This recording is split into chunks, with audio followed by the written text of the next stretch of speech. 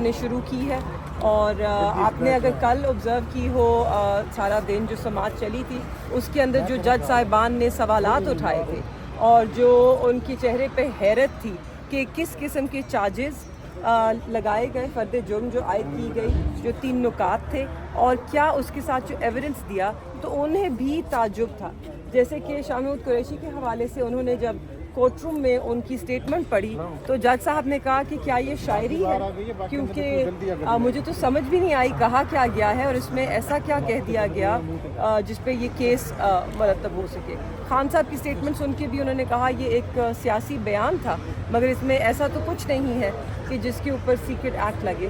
تو میں بہت پر امید ہوں کہ انشاءاللہ آپ دیکھیں گے کچھ دنوں میں جیسے یہ سماعت آگے چلے گی یہ کیس دم توڑ جائے گا، کیونکہ ہم آپ کو پہلے دن سے کہہ رہے ہیں، آج آپ لوگوں کو سننے کا موقع مل رہا ہے جو ہم پہلے دن سے کہہ رہے ہیں. اس کیس میں کوئی دم ہی نہیں ہے، غبارے میں کوئی ہوا ہی نہیں ہے، مگر ناحق قید جو ہے وہ ادا کی جا رہی ہے. شاہ محمود قریشی بھی کر رہے ہیں، عمران خان صاحب بھی کر رہے ہیں، اور اب تو ظلم اتنا بڑھ گیا کہ ان سے یہ بھی نہیں پچایا جا رہا کہ ہم ہفتے میں ایک دفعہ ان سے مل لیتے ہیں اور ملاقات پر پابندی ہے.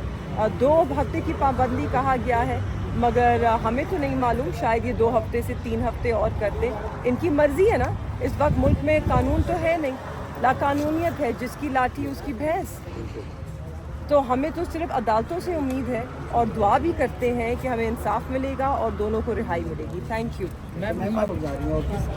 کراچی یہیں کا حصہ ہے، پاکستان کا. جی بالکل ٹھیک ہے، وہاں پہ ایک بادشاہت چلتی ہے کہ سب جماعت کی ہے پاکستان کا حصہ. میاں صاحب لندن جا رہے ہیں. جی میری کیا اتنی قسمت اچھی نہیں، میں صرف کراچی تک جا رہی ہوں اپنے بچوں کے پاس. آج خان صاحب کے 2 کیسز بری ہوئے ہیں، اس بارے میں بتائیں. جی وہ مجھے نہیں معلوم، جن چیزوں کا مجھے اپڈیٹ نہیں ہے میں اس پہ گفتگو نہیں کرنا چاہوں گی. آگے جو کیسز ہیں اس میں بھی بہتری آئے گی، جیسے آج 2 کیسز میں باعزت بری ہوئے ہیں.